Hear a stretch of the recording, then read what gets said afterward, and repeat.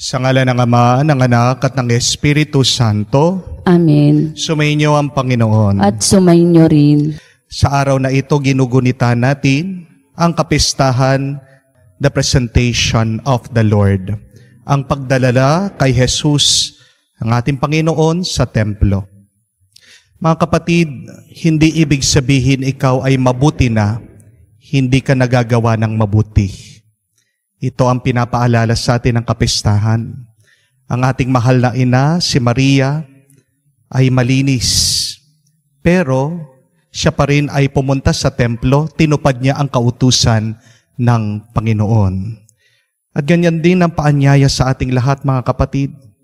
Kahit na sa tingin mo wala kang kasalanan, kahit na sa tingin mo ikaw ay mabuti, tayo ay palaging tinatawag na palaging sundan ang kautusan ng Diyos. Hindi tayo tunay na mabuti kung hindi tayo nakalapit sa Panginoon.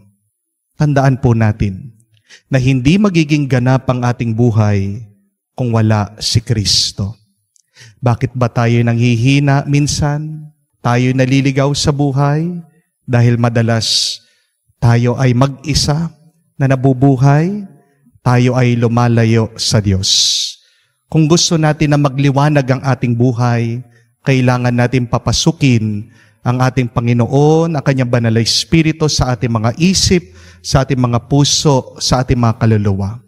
Alalahanin natin ang mga pagkakataon na kung saan tayo'y nanatili sa kadiliman ng kasamaan at nakalimutan natin na pakinggan at buhayin ang salita ng Diyos sa ating buhay.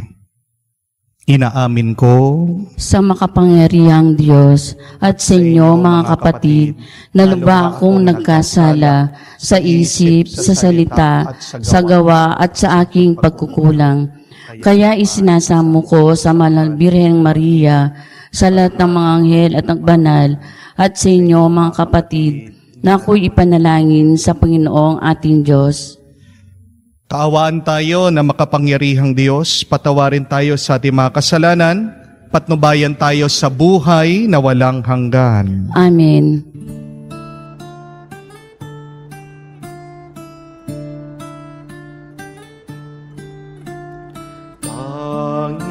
Panginoon, maawa ka. Panginoon, maawa ka.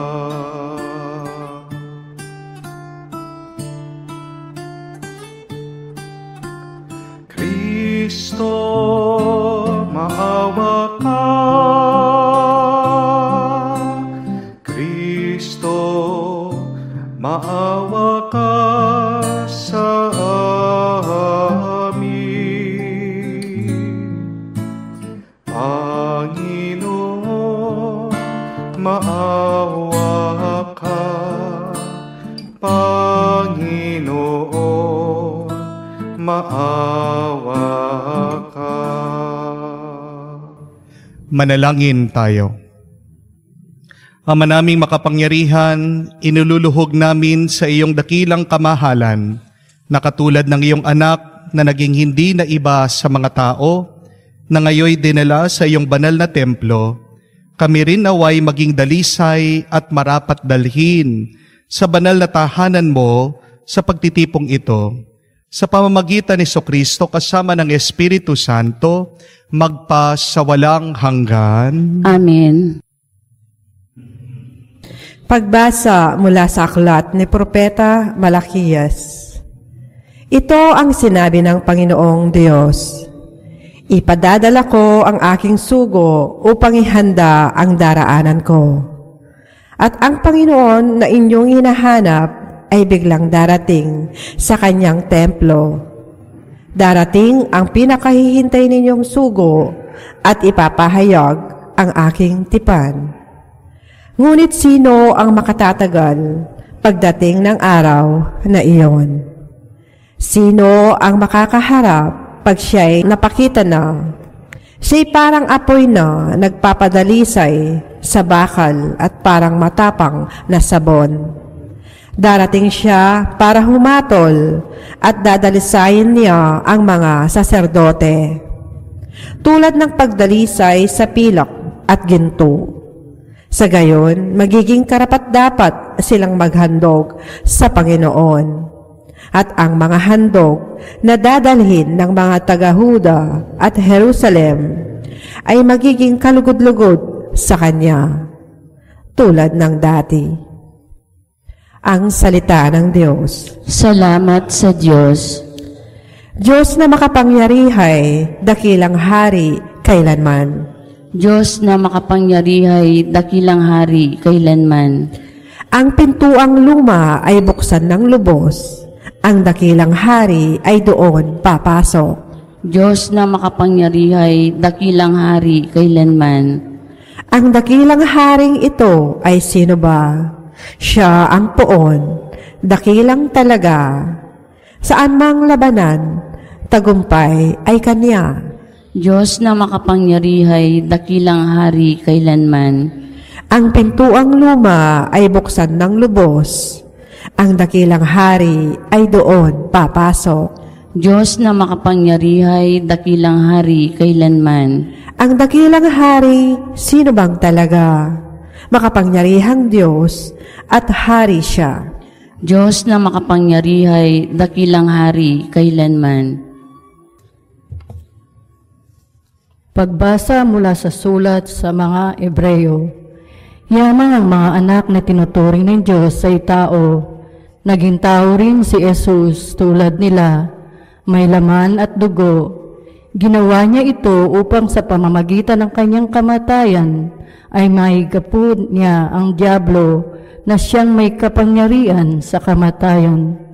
Sa gayon, pinalaya niya ang lahat na naging alipin habang panahon dahil sa kanilang takot sa kamatayan. Hindi ang mga anghel ang kanyang tinutulungan, kundi ang lahi ni Abraham. Kaya't kinailangang matulad siya sa kanyang mga kapatid sa lahat ng paraan.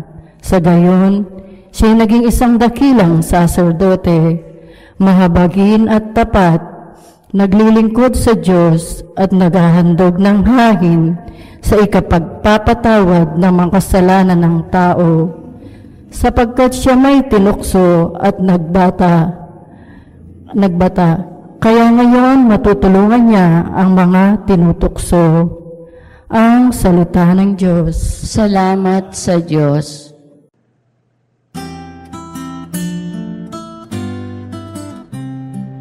Alleluia, alleluia, alleluia, alleluia, alleluia, alleluia, alleluia, alleluia, alleluia, alleluia, alleluia. Para sa lahat ng bansa, liwanag na nagmumula sa bayan mong dinakila. Alleluia, alleluia. Sumainyo ang Panginoon. At sumainyo rin. Ang mabuting balita ng Panginoon ayon kay San Lucas. Papuri sa iyo, Panginoon. Nang dumating ang araw ng paglilinis sa kanila ayon sa kautusan ni Moises, si Jesus ay dinala ng kanyang mga magulang sa Jerusalem upang iharap sa Panginoon. Sapagkat ayon sa kautusan, ang bawat panganay na lalaki ay nakatalaga sa Panginoon. At naghandog sila ayon sa hinihingi ng kautusan ng Panginoon. Mag-asawang bato-bato o dalawang inakay na kalapati. May isang tao doon sa Jerusalem, ang pangalan ay Simeon. Matapat at malapit sa Diyos ang lalaking ito at naghihintay sa katubusan ng Israel. Sumasa kanya ang Espiritu Santo na nagpahayag sa kanya na hindi siya mamamatay hanggang hindi niya nakikita ang Mesiya na ipangangako ng Panginoon. Sa patnubay ng Espiritu, pumasok siya sa templo. At nang dalhin doon ang kanyang mga magulang, ang anak, ang sanggol na si Jesus, upang gawin ang hinihingi ng kautusan, siya'y kinanlong ni Simeon. Ito'y nagpuri sa Diyos na ang wika, kunin mo na Panginoon ang iyong abang alipin. Ayon sa iyong pangakong yamang nakita ko na sa aking mga mata ang iyong tagapagligtas na inihanda mo para sa lahat ng bansa. Liwanag itong tanglaw sa mga hentil at magbibigay karangalan sa iyong bayang Israel. Namangha ang ama at ina ng sanggol dahil sa sinabi ni Simeon tungkol sa kanya. Binasbasan sila ni Simeon at sinabi kay Maria, tandaan mo, ang batang ito ay nakatalaga sa ikapapahamak o ikakaligtas ng marami sa Israel. Isang tanda mula sa Diyos, ngunit hahamakin ng marami, kaya't mahahayag ang kanilang iniisip. Dahil dyan ang puso mo'y para na ring tinarak ng isang balaraw. Naroon din sa templo ang isang propetang babae na ang pangalan ay Ana, anak ni Phanuel na mula sa lipi ni Aser. Siya'y napakatanda na. 7 taon lamang sila'y nagsama ng kanyang asawa nang siya'y mabalo. At ngayon, 84 na taon na siya. Lagi siya sa templo at araw-gabi sumasamba sa Diyos sa pamamagitan ng pag-aayuno at pananalangin. Lumapit siya ng oras ding iyon at nagpasalamat sa Diyos. Nagsalita rin siya tungkol kay Jesus sa lahat na naghihintay sa pagpapalaya ng Diyos sa Jerusalem. Nang maisagawa nila ang lahat ng bagay na ayon sa kautusan, bumalik sila sa kanilang bayan sa Nazareth, Galilea.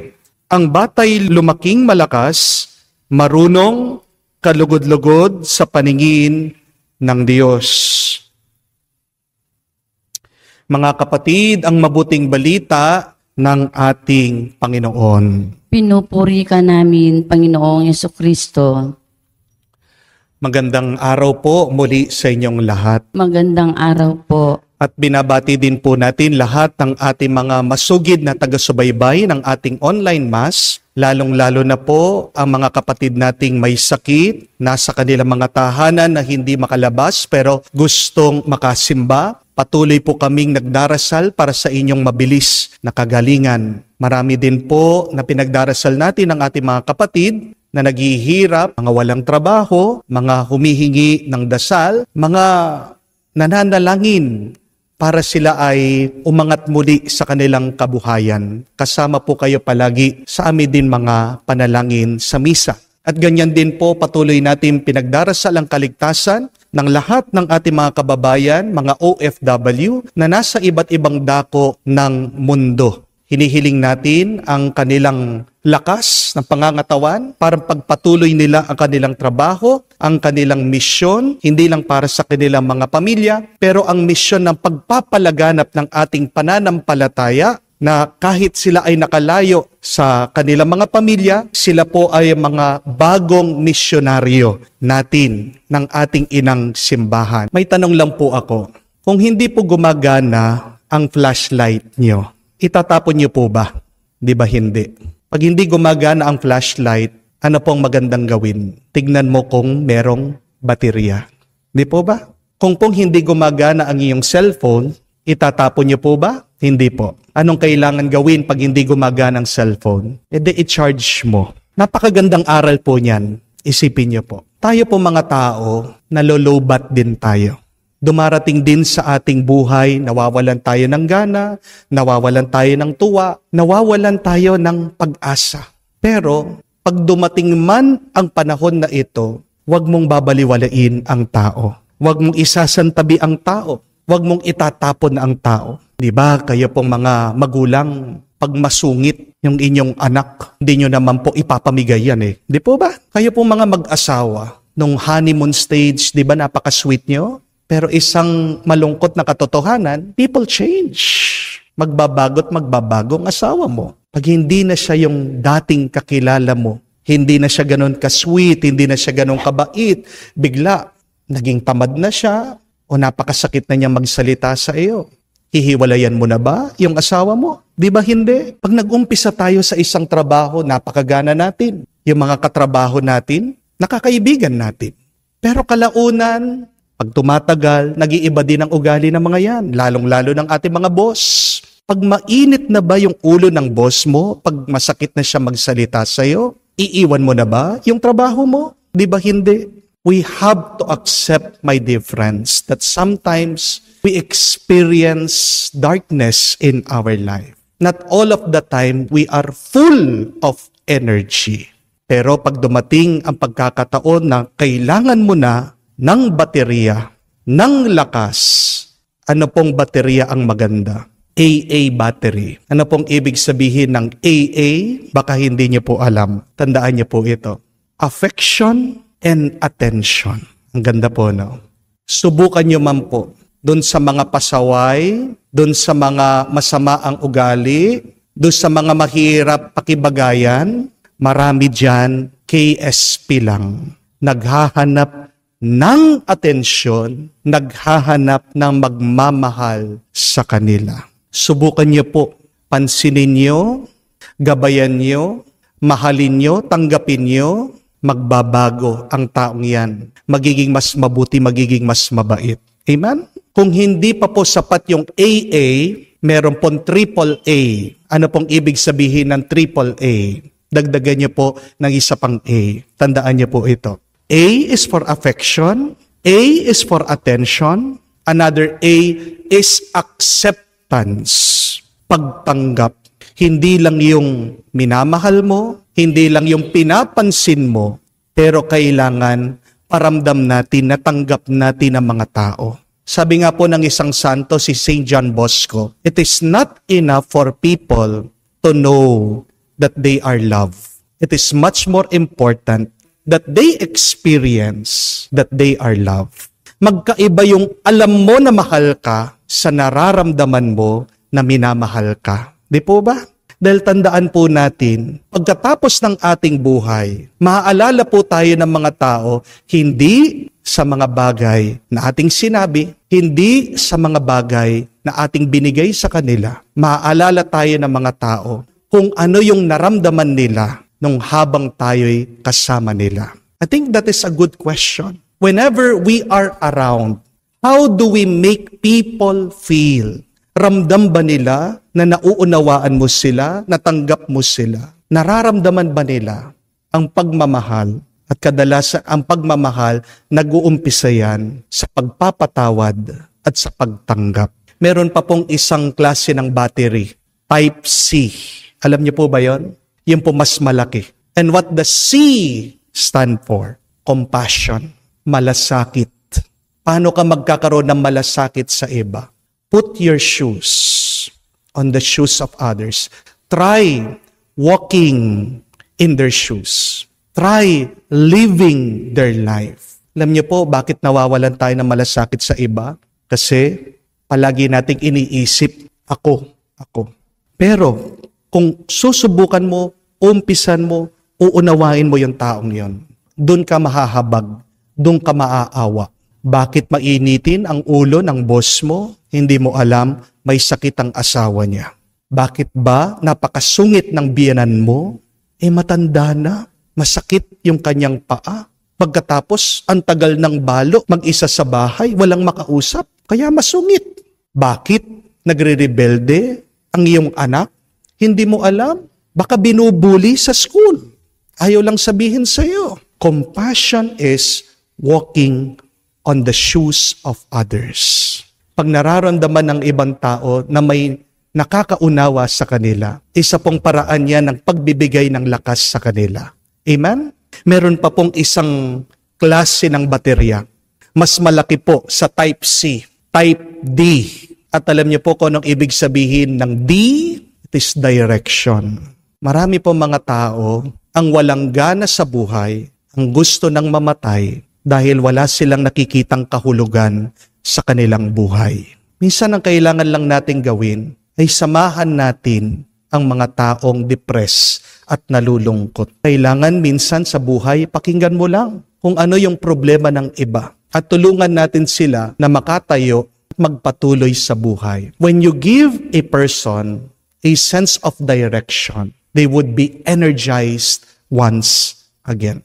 Ang kasabihan nga, the greatest tragedy in life is not death, but a life without purpose. Di po ba? kahit napatayin ka, kung alam mo naman may kahulugan ang buhay mo, kaya mong isakripisyo, kaya mong ialay ang iyong buhay. Sa akin pong pagsasaliksik, may nakita po akong pinakabagong klase ng baterya.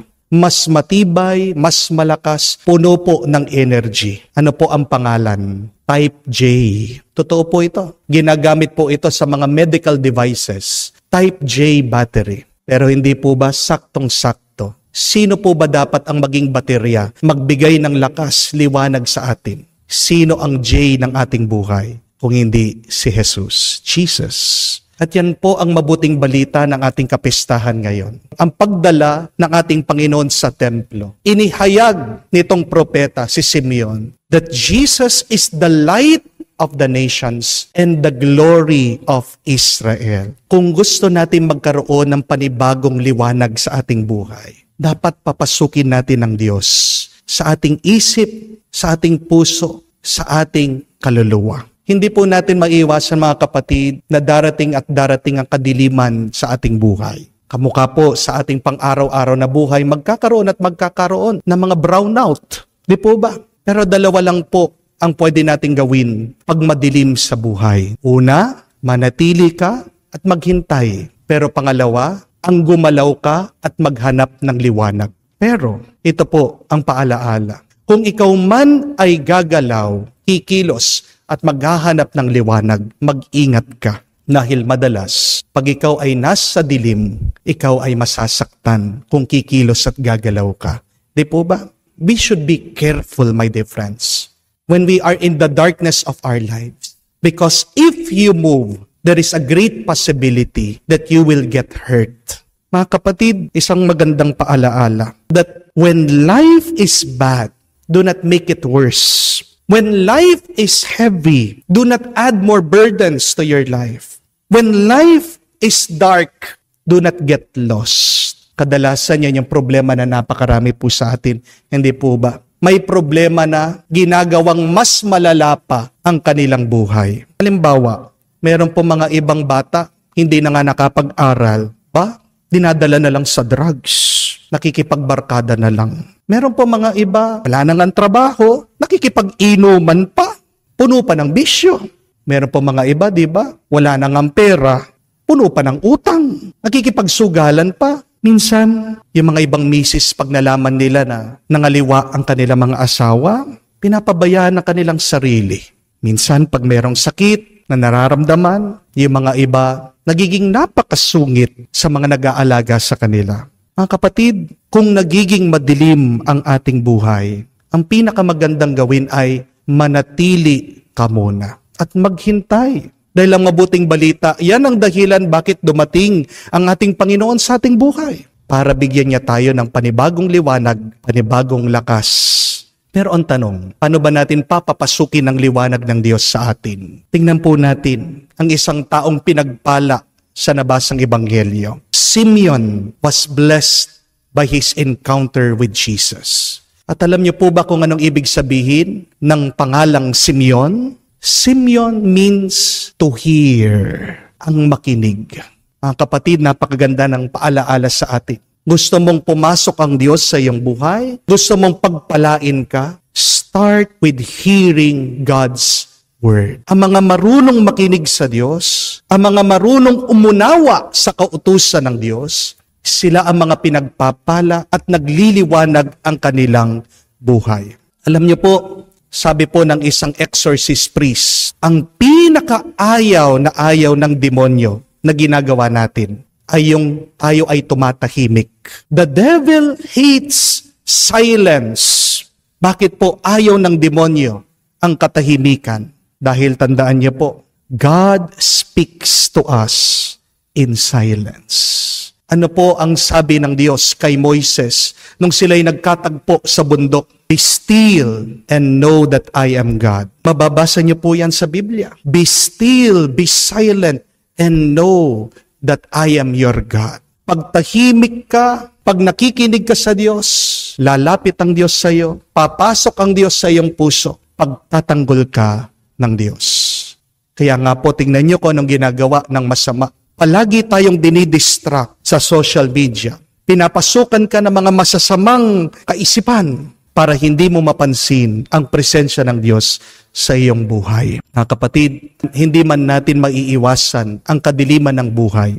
Magkakaroon tayo ng mga problema, ng mga suliranin. Pero pag nakaharap natin ang mga pagkakataon na ito, huwag tayong mag-alala. Manatili ka, maghintay ka. Buksan mo ang iyong mga tenga, buksan mo ang iyong puso. Hayaan mo na pumasok ang salita ng Diyos, na siya ang iyong liwanag, siyang magpapalakas sa iyo, at siyang magbibigay ng panibagong buhay sa iyo.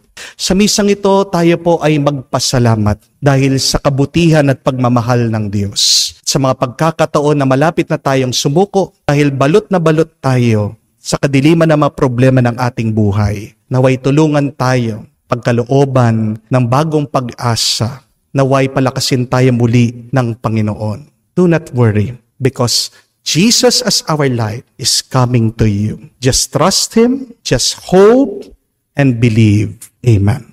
Nagniningning si Kristo bilang liwanag ng kaligtasan sa lahat ng bansa at kalwalhatian ng kanyang bayan. Ilapit natin ang ating mga panalangin sa Ama na nag-alay ng kanyang bugtong na anak para sa atin. Ating sagot, Panginoon, dinggin mo kami.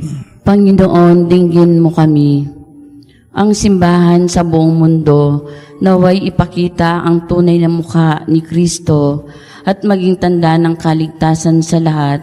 Manalangin tayo sa Panginoon. Panginoon, dinggin mo kami. Ang mga makikapangyarihan naway maglingkod sa lipunan ng may pag-aalay ng sarili, magkaroon ng tapang na magpahayag at kumilos sa ngalan ng katotohanan at katarungan at maging saksi sa pag-ibig ni Kristo. Manalangin tayo sa Panginoon. Panginoon, dinggin mo kami.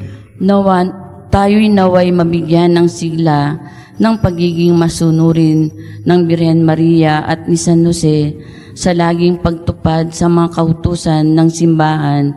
Manalangin tayo sa Panginoon. Panginoon, dinggin mo kami. Sa katahimikan po ng ating puso, buksan natin sa Diyos, sabihin ang ating mga personal na pangangailangan. Panginoon, nasa kadiliman kami kung wala ka. Magningning nawa sa amin ang iyong liwanag upang sa aming sariling paraan kami maging mga salamin ng iyong liwanag. Hinihiling namin ito sa pamamagitan ni Kristo aming Panginoon. Amen. Manalangin kayo ngayon mga kapatid para ng ating mga paghahain ay kalugdan ng Diyos sa mga makapangyarihan. Tanggapin nawa ng Panginoon itong pag-aayin sa iyong mga kamay, sa kapurihan niya at karangalan, sa ating kapakinabangan at sa buong sambayanan niyang banal. Ama naming lumikha, naway maging kalugod-lugod sa iyo ang paghahaing ito ng iyong nagagalak na sambayanan.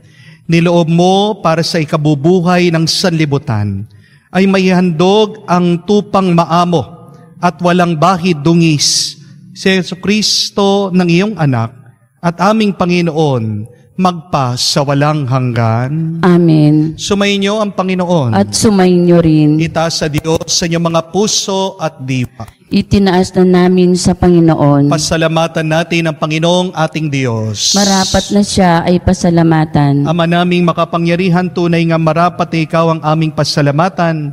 Ngayon dinala sa iyong templo ang anak mong dating nang di iba sa iyo. Siyang nagbibigay karangalan sa Israel na iyong bayan. Siyang pinapahayag ng Espiritu Santo bilang liwanag na tatanglaw sa lahat ng tao. Kaya kaisa na mga anghel na nagsisiawit ng papuri sa iyo na walang humpay sa kalangitan, kami nagbubunyi sa iyong kadakilaan. Ama naming banal, ikaw ang bukal ng tanang kabanalan. Kaya't sa pamamagitan ng iyong Espiritu, gawin mong banal ang mga kaloob na ito, upang para sa amin maging katawan at dugo ng aming Panginoong Hesukristo. Bago niya pinagtiis ang kusang loob na maging handog, hinawakan niyang tinapay, pinasalamatan kanya, pinaghati-hati niya iyon, inabot sa kanyang malagad at sinabi, tanggapin ninyong lahat ito at kanin. Ito ang aking katawan na ihahandog para sa inyo. Gayon din naman, matapos ang hapunan, hinawakan niya ang kalis. Muli kanyang pinasalamatan. Inabot niya sa kanyang mga lagad at sinabi, "Tanggapin ninyong lahat ito at inumin. Itong kalis ng aking dugo, ng bago at walang hanggang tipan, ng aking dugo na ibubuhos para sa inyo at para sa lahat, sa ipagpapatawad ang mga kasalanan. Gawin ninyo ito sa pag-alaala sa akin." Ama, ginagawa namin ngayon ang pag-alaala sa pagkamatay at muling pagkabuhay ng iyong anak. Kaya tiniyalay namin sa iyo, tinapay nagbibigay buhay at ang kalis na nagkakaloob ng kaligtasan. Kami nagpapasalamat dahil kami yung minarapat na tumayo sa harap mo para maglingkod sa iyo.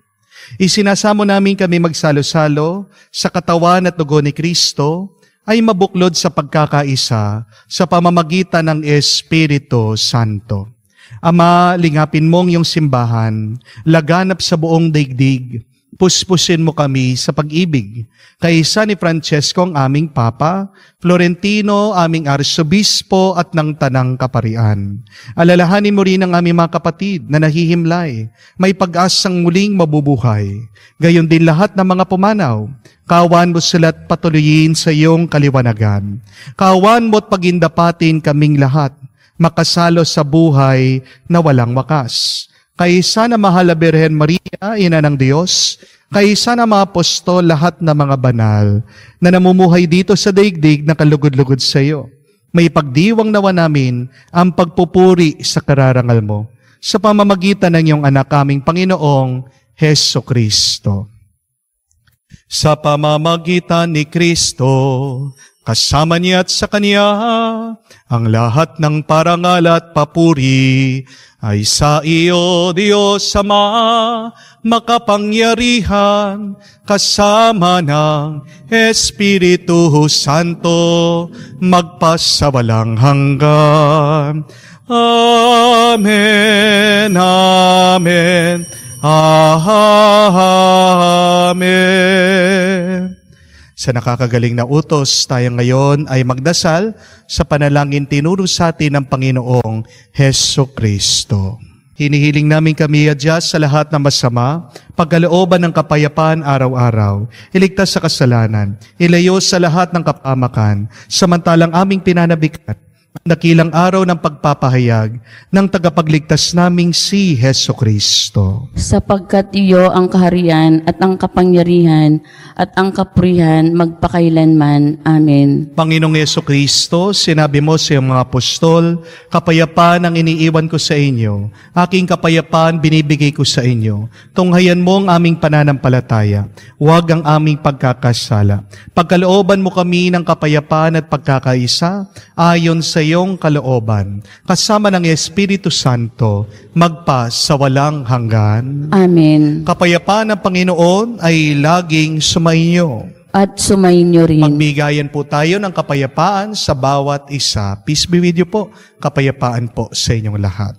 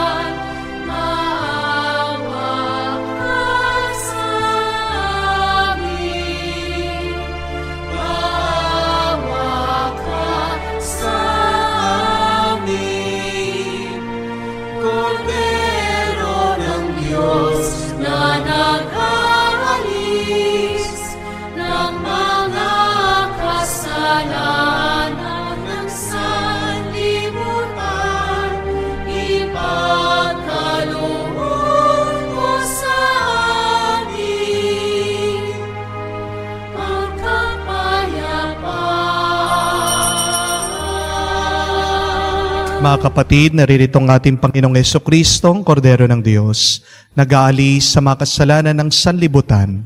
Mapalad tayong lumalapit sa piging ng Kordero. Panginoon, hindi ako karapat-dapat na magpatuloy sa iyo, ngunit sa isang salita mo lamang ay gagaling na ako.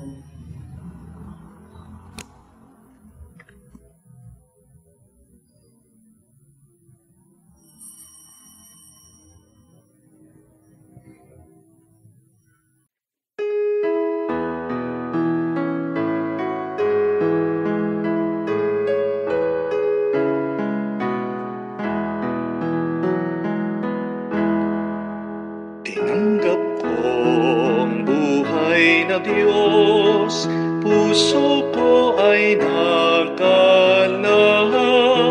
Tinanggap ko ang buhay na Diyos, puso ko ay natuwa. Tinapay siya ng buhay, inati at para mangbigay buhay, huwag mangamba kailanman. Tinanggap ko buhay na Diyos, puso ko ay nagalak. Tinanggap ko buhay na Diyos, puso ko ay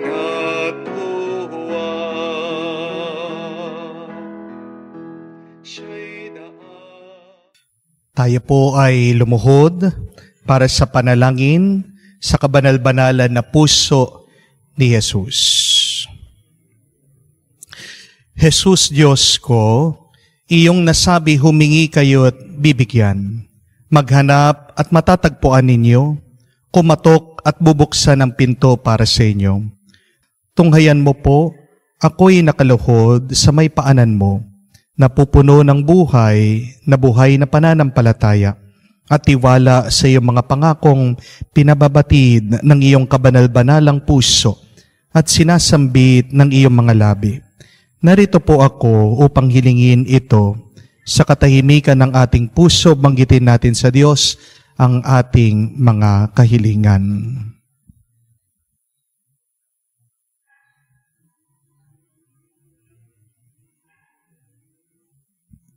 Kanino pa ako tutungo kung hindi sa iyo na ang puso ko'y pinagmumulan ng lahat ng grasya at kabutihan? Saan pa ako maghahanap kung hindi sa baul na naglalaman ng kayamanan ng iyong habag? Saan pa po ako kakatok kung hindi sa pinto kung saan ibinibigay ng Diyos ang sarili niya sa amin at kung saan kami makakapunta sa Diyos? Sa iyo po ako dumudulog, puso ni Jesus. Sa iyo po ako nakakatagpo ng aliw kapag nahihirapan, pagtatanggol kapag inuusig, lakas kapag nabibigatan sa pagsubok, at liwanag sa dilim at pagdududa. Minamahal kong Jesus, maigting po ako naniniwala na kaya mong ipagkaloob ang biyayang aking hinihiling, kailangan man ito ng isang himala. Naisin mo lamang ito at matutupad na aking panalangin. Inaamin kong ako'y hindi karapat-dapat sa iyong mga biyaya, ngunit hindi ito dahilan para panghinaan ako ng loob. Ikaw ang Diyos ng habag at hindi mo tatanggihan ang isang pusong nagsisisi.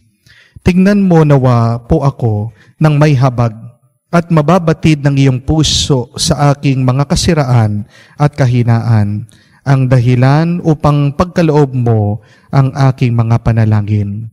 O banal na puso, ano man ang iyong pasya sa aking hiling, hindi po ako titigil na sambahin, ibigin, purihin at pagsabihan ka at pagsilbihan ka. Jesus ko, ikalugod mo nawang tanggapin ang pagsasagawa ko ng ganap na pagsang-ayon sa mga atas ng iyong kaibig-ibig na puso na aking tunay na hinahangad na matupad. Kasama ng iyong sangnilikha magpakailanman. Kabanal-banalan na puso ni Jesus, alam ko may iisang bagay na hindi mo kayang gawin, ang mawalan ng habag sa mga naghihirap o nababalisa. Tignan mo po ako, nagmamakaawa po ako, minamahal kong Jesus. Ipagkaloob mo ang grasya ng aking inihiling sa iyo sa pamamagitan ng kalininisang puso ng iyong madalamhating ina. Ipinagkatiwala mo ako sa Kanya bilang Kanyang anak at ang Kanyang mga panalangin ay napakamapangyarihan sa iyo. Amen. Kabanal-banalan na puso ni Jesus, maawa ka sa amin. Kalinisan na puso ni Maria, ipanalangin mo kami. Tumayo po tayo. Manalangin tayo. Ama naming mapagmahal, sa pagtanggap namin ng pakikinabang, naway mapasa aming lubusan ang iyong kagandahang loob na kinamtang ganap ni Simeon nung matupad ang kanyang inaasam na wag munang mamatay hanggang hindi nakikitang Mesiya. Marapatin mo rin aming makamtan na walang maliw na buhay sa pagtahak namin sa landas na pakikipagtagpo sa aming Panginoong Jesucristo, ngayon at magpa sa walang hanggan. Amen. Amen. Minsan sa buhay, pag nasisira ang gamit, pag wala na itong silbi, tinatapon natin. Pero hindi ganyan ang ugali ng Diyos pagdating sa ating mga minamahal niya. Tingnan nyo nga naman, nung nagkasala ang ating mga ninuno, si Adan at si Eva, nagkaroon na ng lamat, nasira na ang ating pagkatao. Pero walang tigil ang ating Panginoon na gumawa ng plano para tayo maibalik, mabuo ang ating pagkatao, at tayo ay maiuwi niya sa kanyang paraiso. Mga kapatid, pag ang isang tao ay nagkakasala o nag-iiba ang kanyang ugali, tandaan natin, kulang lang ng liwanag o ng lakas ang kanyang buhay.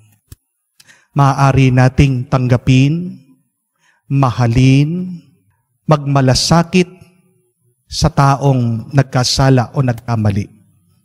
Pero kung gusto natin na magbago ang tao, kung gusto natin mapabuti siya muli, kailangan ang Espiritu ng Diyos, ang Banal na Espiritu, ay pumasok sa kanyang isip, sa kanyang puso, sa kanyang kaluluwa. At ang pinakamabilis na paraan para mapasa atin ng Diyos at ang kanyang pagpapala ay sa pamamagitan ng pakikinig. Always hear, listen to the Word of God so that you would be blessed in this life and to the next.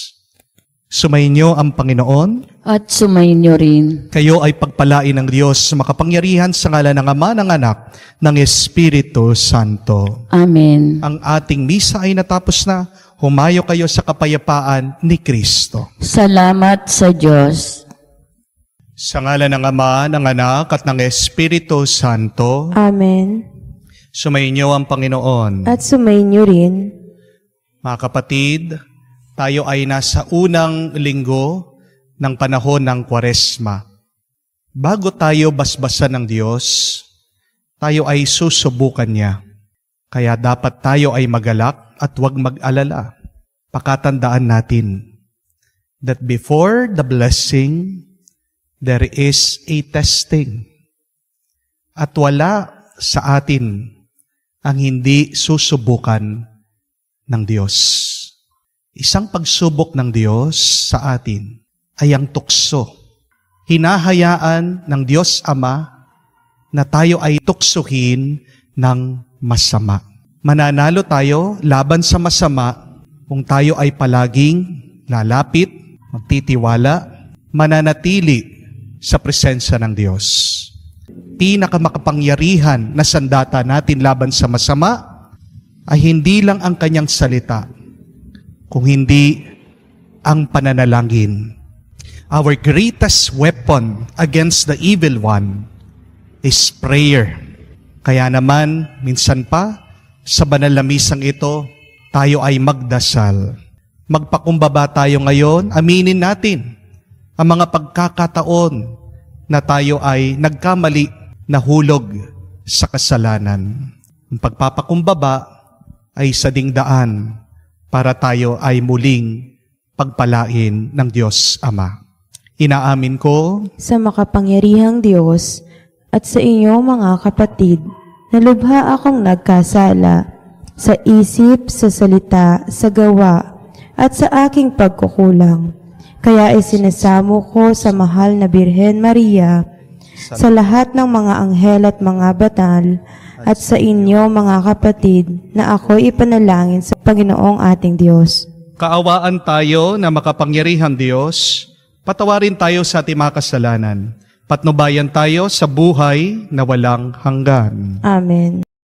Manalangin tayo. Ama naming makapangyarihan, sa taon-taong pagdiriwang ng paghahandang 40 araw para sa Pasko ng pagkabuhay, kami nawa ay lalong umunlad sa pagtuklas sa hiwaga ng tagumpay ni Kristo upang masundan namin siya sa pamumuhay na marangal bilang aming tagapamagitan kasama ng Espiritu Santo magpa sa walang hanggan. Amen. Pagbasa mula sa aklat ng Henesis. Ito ang sinasabi ng Diyos kay Noe at sa kanyang mga anak. Ako'y nakikipagtipan sa inyo ngayon at pati na sa inyong magiging mga anak. Gayon din sa lahat ng bagay na may buhay sa paligid ninyo. Mga ibon, mga amot, maiilap, na hayop na kasama ninyo sa daong. Ito ang masasabi ko sa aking pakikipagtipan sa inyo. Kailan may hindi ko na lilipulin sa pamamagitan ng baha ang lahat ng may buhay. Wala ng baha nagugunaw sa daigdig. Sinabi pa ng Diyos, ito ang magiging palatandaan ng walang hanggang tipan na ginagawa ko sa inyo at sa lahat ng hayop. Palilitawin ko sa mga ulap ang aking bahaghari at iyan ang magiging tanda ng aking pakikipagtipan sa inyo. Tuwing magkakaroon ng ulap at lilitaw ang bahaghari, alalahanin ko ang aking pangako sa inyo at sa lahat ng hayop. Hindi ko na lilipulin sa baha ang lahat ng may buhay.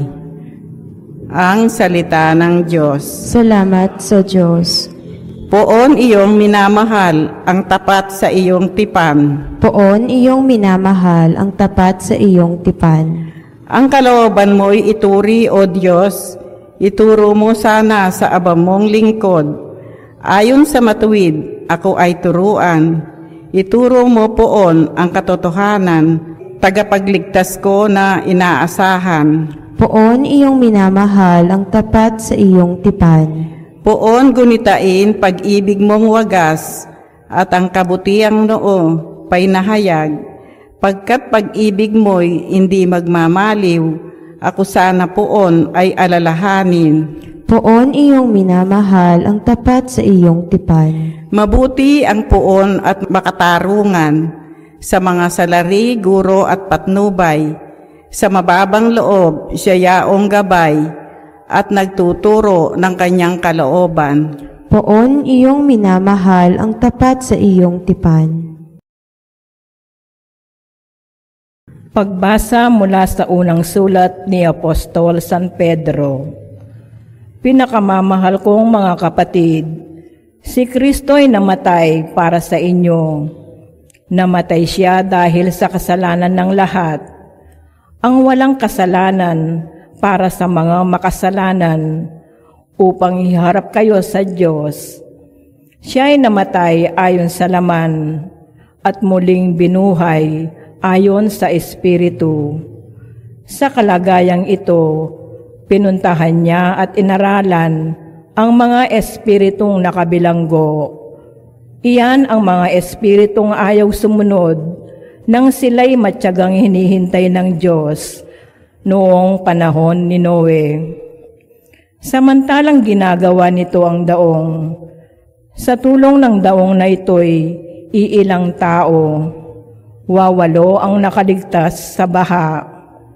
Ang tubig ay larawan ng binyag na nagliligtas ngayon sa inyo. Ang binyag ay hindi paglilinis ng dumi ng katawan, kundi isang pangako sa Diyos, buhat sa isang malinis na budhi.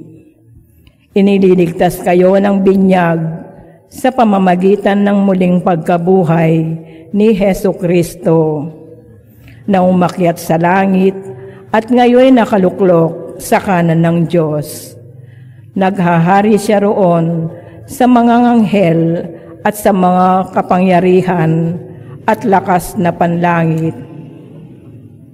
Ang salita ng Diyos. Salamat sa Diyos.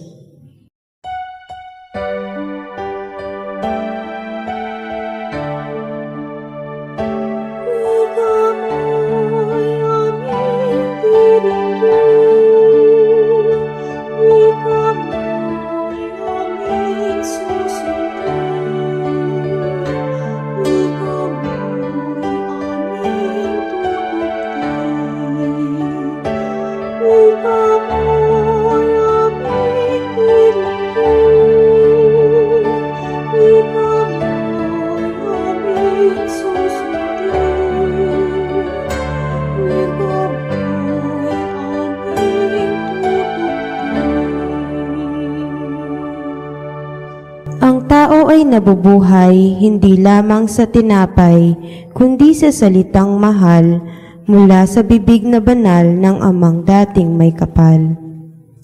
Sumainyo ang Panginoon. At sumainyo rin. Ang mabuting balita ng Panginoon ayon kay San Marcos. Papuri sa iyo, Panginoon. Nung panahong iyon, si Jesus ay agad pinapunta ng Espiritu sa ilang. Nanatili siya roon ng 40 araw at tinutokso ni Satanas. Mailap na hayop ang naroroon, ngunit si Jesus ay pinaglilingkuran ng mga anghel. Pagkatapos dakpin si Juan, si Jesus ay nagtungo sa Galilea at pinangaral ang mabuting balita mula sa Diyos. Dumating na ang takdang panahon at malapit na ang paghahari ng Diyos. Pagsisihan niyo at talikdan ang inyong mga kasalanan at maniwala kayo sa mabuting balita. Mga kapatid, ang mabuting balita ng Panginoon. Pinupuri ka namin, Panginoong Hesukristo. Magandang araw po muli sa inyong lahat. Bago po ang lahat, pinapaalala ko po na sa panahon ng Kwaresma, may 3 mabuting gawain. Ito po ang tinatawag nating the 3 pillars of Lent. Ang pagdarasal, pag-aayuno, at pagkakawang gawa. Tayo po mga Katoliko, hindi po tayo nag-iikapo o nagtatayting. Dahil ang ikapo o tithing ay utos po sa lumang tipan. May bago na pong batas na iniwan ng ating Panginoon. Ano sinasabi sa turo ni San Pablo? That God loves a cheerful giver. Kaya kung kayo po ay magdodonate sa parokya o kahit saan pa mang institusyon, wala pong limitasyon. Walang sukat yan. Kung ano po ang kinatutuwa ng inyong puso, yan po ang inyong ibigay. Dahil meron pong ibang tao, ang 100 pesos sa kanila ay napakalaking halaga na. Pero merong ibang tao na ang 10,000 pesos ay maliit pa lang na halaga. Kaya wala pong sapilitan ang pagbibigay. At kami rin din po dito sa parokya ay hindi po humihingi. Kami po ay naghihintay lang sa inyong ibibigay. Mula sa taos, malaya, na busilak, nakagustuhan ng inyong kalooban. Kaya once again, warning lang po dun sa mga nagme-message sa inyo, nagpapanggap na ako daw, humihingi po sa inyo ng donation. Hindi po ako humihingi at nagte-text ng personal sa inyo. Alam niyo po yan, kayong mga regular mass goers namin. Kung gusto niyo pong magbigay, maraming salamat po. At para sa buwan po ng February, ang ating naman pong tutulungan ay ang mga bata na may kapansanan, mga batang inabandonan po, meron po silang special needs. Kaya sa lahat po na nagbigay na at magbibigay, maraming salamat po, and may God bless you more. Meron pong isang kwento tungkol po sa isang lalaki na inanyayahan sa isang Life in the Spirit seminar. At itong lalaking ito ay matagal na po talagang lulong sa iba't ibang bisyo. Itong lalaking ito ay napakarami ng ginagawang kasalanan. Pero dahil siya po ay na-involved, nakapasok, nakapag-seminar, biglang nagbago po itong lalaki. At punong-puno po siya ng sigla, ng tuwa na umuwi sa kanila. Pero habang siya'y pauwi, para bang siya'y sinusubukan ng Diyos. Dahil napadaan po siya doon sa mga dating drinking buddies niya. Sila'y nagiinuman doon sa kanto. At tinatawag po siya. Sabi, pare, inom ka naman, shot ka naman. Pero itong lalaki, nagbagong buhay na. Kaya sabi po niya, Lord, close my eyes. Close my eyes. Pumikit po siya at dire-diretso lang po. Hindi niya pinansin itong mga kaibigan niya nagiinuman. Habang naglalakad pa rin po siya, itong lalaki naman po, nakita yung mga ibang kabarkada niya nasa sugalan at tinatawag siya, pare, upo ka muna, tara. Ito pong lalaki, pumikit muli, nagdasal sa Diyos, sabi, Lord, close my eyes. Sabi po niya, at dire-diretso po, nalampasan niya yung pangalawang tukso. Pero, nung malapit na po siya sa kanyang bahay, napadaan po siya doon sa bar at nakita po siya nung suki niyang babae. Napaka-sexy daw po nitong babae. Bagong ligo, naaamoy niya kahit na ito'y malayo. At napansin po siya nitong babae. Sabi, uy, Pogi, long time no see, dito ka naman. Tinatawag niya. Ito pong lalaki, biglang nagdasal. Sabi po niya, Lord, close your eyes, sabi po niya. Kapatid, isa pong paalaala ito. Hindi ibig sabihin na pag ikaw ay puno ng banal na espiritu, na ikaw ay lulubayan na ng masamang espiritu. Yan po yung ating narinig sa Ebanghelyo. Yan ang katotohanan ng ating buhay. Hindi po ba? Anong sabi ng ating mabuting balita ng kwento? Na ang ating Panginoon ay pinapunta ng Espiritu sa disyerto. That Jesus was led by the Spirit to the desert. Pero kahit na puno siya ng banal na Espiritu, sino ang nandoroon din? Ang demonyo, ang masamang espiritu. Tinukso siya. Mga kapatid, tandaan po natin yan, na kahit na tayo'y binibendisyonan ng Panginoon, na kahit na tayo'y nakakatanggap ng grasya mula sa Diyos, kahit na tayo ay na-bless ng mga sakramento, nandyan pa rin ang masama na magtutukso sa atin.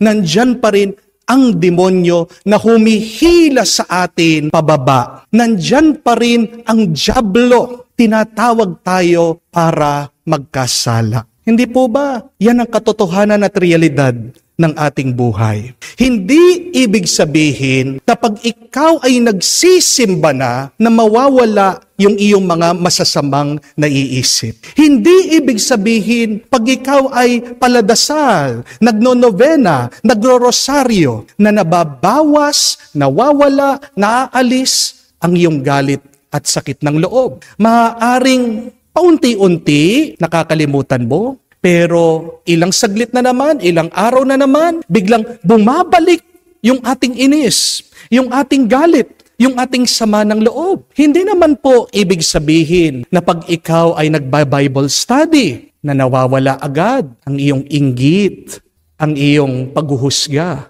sa iba. Hindi po ibig sabihin na pag ikaw ay nagpe-praise and worship na nababawasan ang iyong masamang ugali, na tumitigil ka sa iyong kaplastikan. Yan po ay ang katotohanan ng ating buhay. Hindi po ba? Na kahit na present ang banal na espiritu, present din at nandyan ang masamang espiritu. At kailangan po tayong mag-ingat dahil ang teknik, ang pamamaraan ng masama ay hindi siya magpapapansin sa atin. Balikan nyo nga po yung ating ebanghelyo, di ba? Saglit lang nating narinig yung masama. Napakabilis lang binanggit yung demonyo na nagtutukso sa Panginoon. Ganyan ang pamamaraan ng masama. Tandaan niyo po, na dumadating siya na pangkaraniwan, ordinaryo,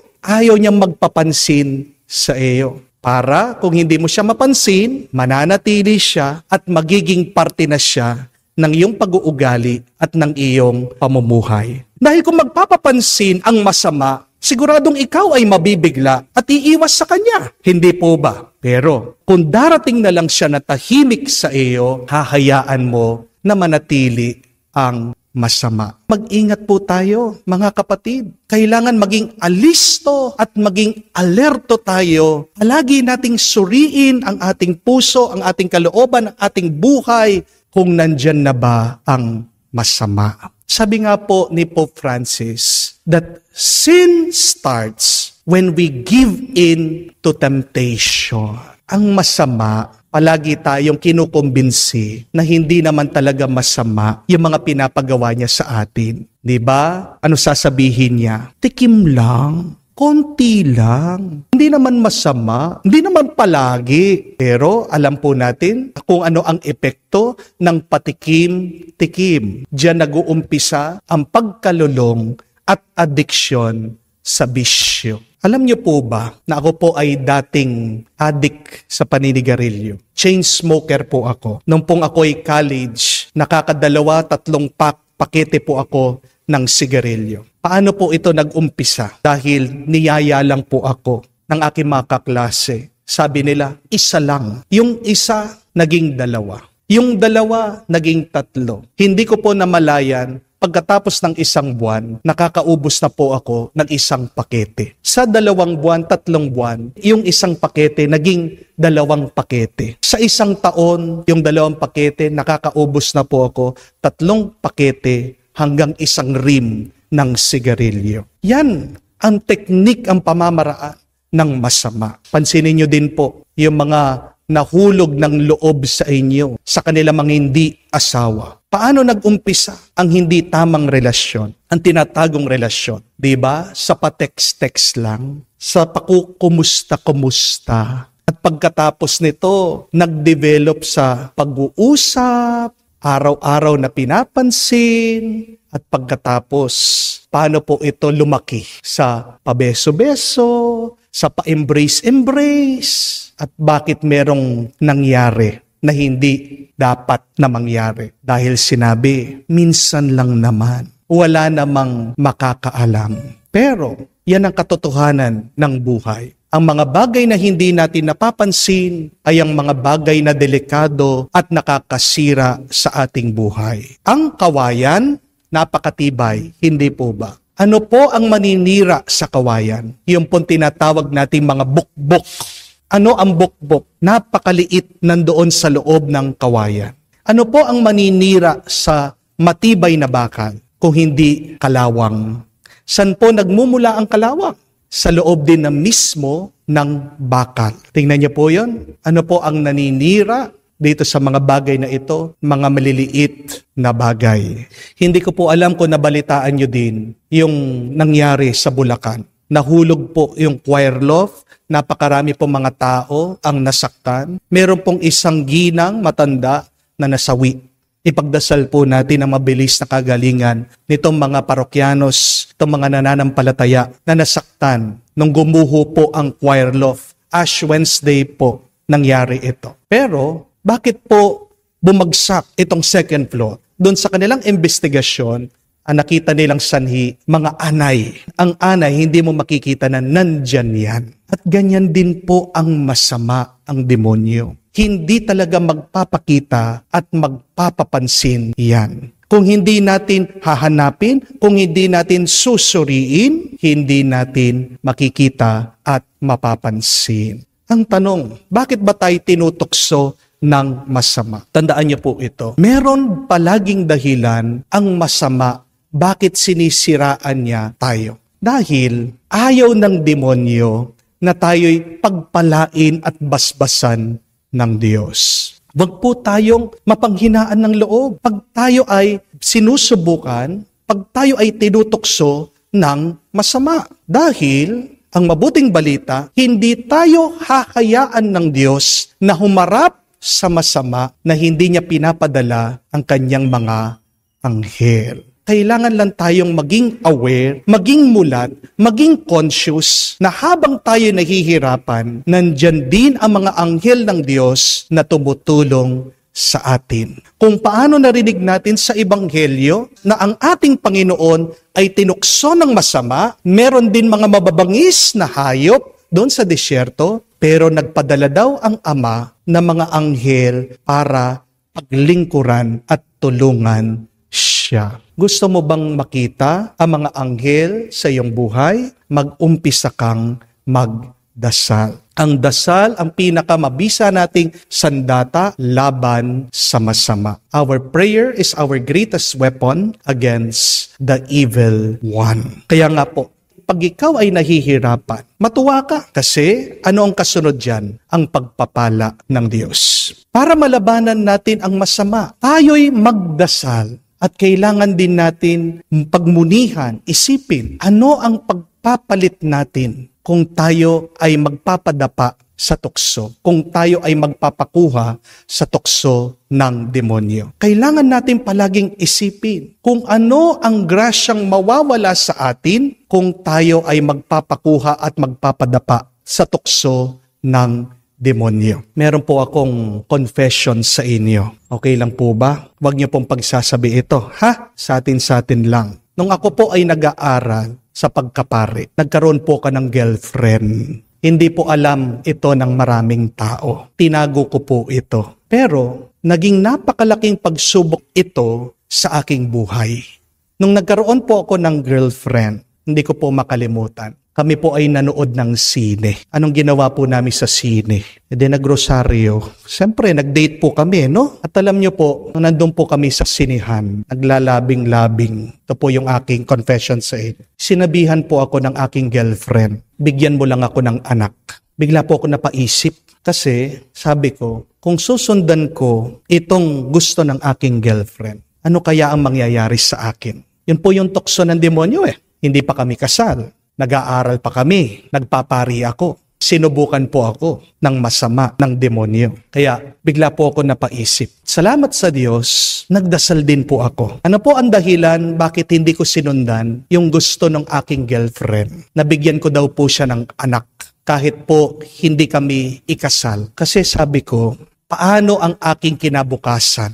Ano ang mangyayari sa akin sa hinaharap kung gagawin ko ang kanyang gusto? Kung madadapa ako dito sa tuksong ito. Nagpapasalamat po ako sa Diyos na ako'y huminto, ako'y nagdasal, ako ay nag-isip. Mga kapatid, yan din po ang aking paanyaya sa inyo. Hindi tayo titigilan tuksuhin ng masama. Wala sa atin dito ang exempted, ang libre, ang malaya sa tukso ng demonyo. Kung nga ang Diyos, kung nga si Jesus tinukso ng demonyo, tayo pa kaya? Mas lalo tayong tutuksohin ng demonyo at hindi tayo titigilan. Pero, tandaan niyo po ito, magtatagumpay lang tayo laban sa tukso ng masama kung iisipin natin ano ang grasyang mawawala sa atin sa hinaharap. Sabi po nila, it only takes 7 seconds to make a decision. Pakaisipin niyo po yon. Nangangailangan ka lang ng 7 segundo para gumawa ka at pumili ka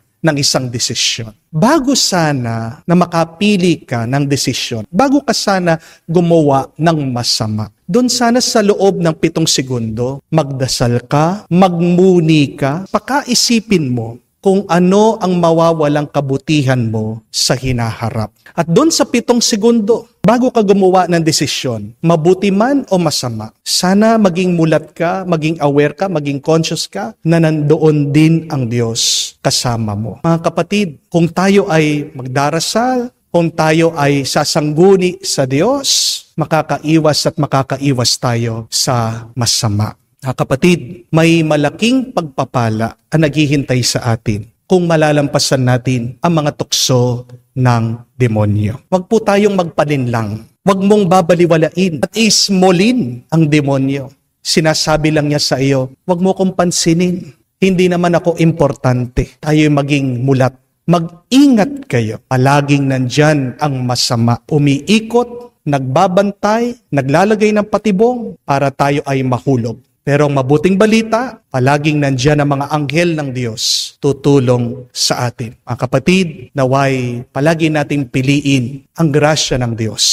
At isa puso natin ang paanyaya ni Jesus. Magsisi at maniwala sa mabuting balita. Dahil sa Diyos lang ang tunay na pagpapala at biyaya ngayon at magpakailanman. Amen. Sumasampalataya ako sa Diyos amang makapangyarihan sa lahat, na may gawa ng langit at lupa.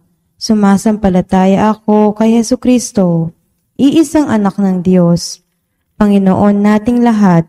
Nagkatawang tao siya, lalang ng Espiritu Santo, ipinanganak sa Santa Mariang Birhen, ipinagpakasakit ni Poncio Pilato, ipinako sa krus na matay inilibing, nanaog sa kinaroroonan ng mga yumao, nang may 3 araw, nabuhay namang muli, umakyat sa langit, naluklok sa kanan ng Diyos amang makapangyarihan sa lahat. Doon magmumulang paparito at huhukom sa nangabubuhay at nangamatay na tao. Sumasampalataya naman ako sa Diyos Espiritu Santo, sa banal na simbahang Katolika, sa kasamahan ng mga banal, sa kapatawaran ng mga kasalanan, sa pagkabuhay na muli ng matay na tao at sa buhay na walang hanggan. Amen. Sa panimula ng ating lakbayin sa Kwaresma, pagsikapin nating tugunan ng paanyaya ng Panginoon sa harap ng ating mga pagkukulang at kahinaan. Manalangin tayo at ating sabihin, Panginoon, dinggin mo kami. Panginoon, dinggin mo kami. Para sa buong simbahang laging nangangailangan magbalik loob, naway sundin niya ang Espiritu sa pagtanggi sa lahat ng pangaakit ni Satanas. Manalangin tayo. Panginoon, dinggin mo kami. Para sa Santo Papa at sa lahat ng ating mga pinunong espiritual, naway magtagumpay ang kanilang mga pagsisikap na mailapit ang mga tao kay Jesus sa panahon ito ng Kwaresma. Manalangin tayo. Panginoon, dinggin mo kami. Para sa lahat ng mga migranteng manggagawa sa buong mundo, naway igalang sila at pagkalooban ng katarungan at muling makapiling ng kani-kanilang mga pamilya. Manalangin tayo. Panginoon, dinggin mo kami. Sa katahimikan po ng ating puso, buksan din natin at sabihin sa Diyos ang ating mga personal na pangangailangan. Panginoong Hesus, biyayaan mo kami lagi naming mapaglabanan ang mga tukso ng demonyo at mamuhay alinsunod sa Ebanghelyo na iyong pinangaral. Ikaw na nabubuhay at naghahari, magpakailanman. Amen.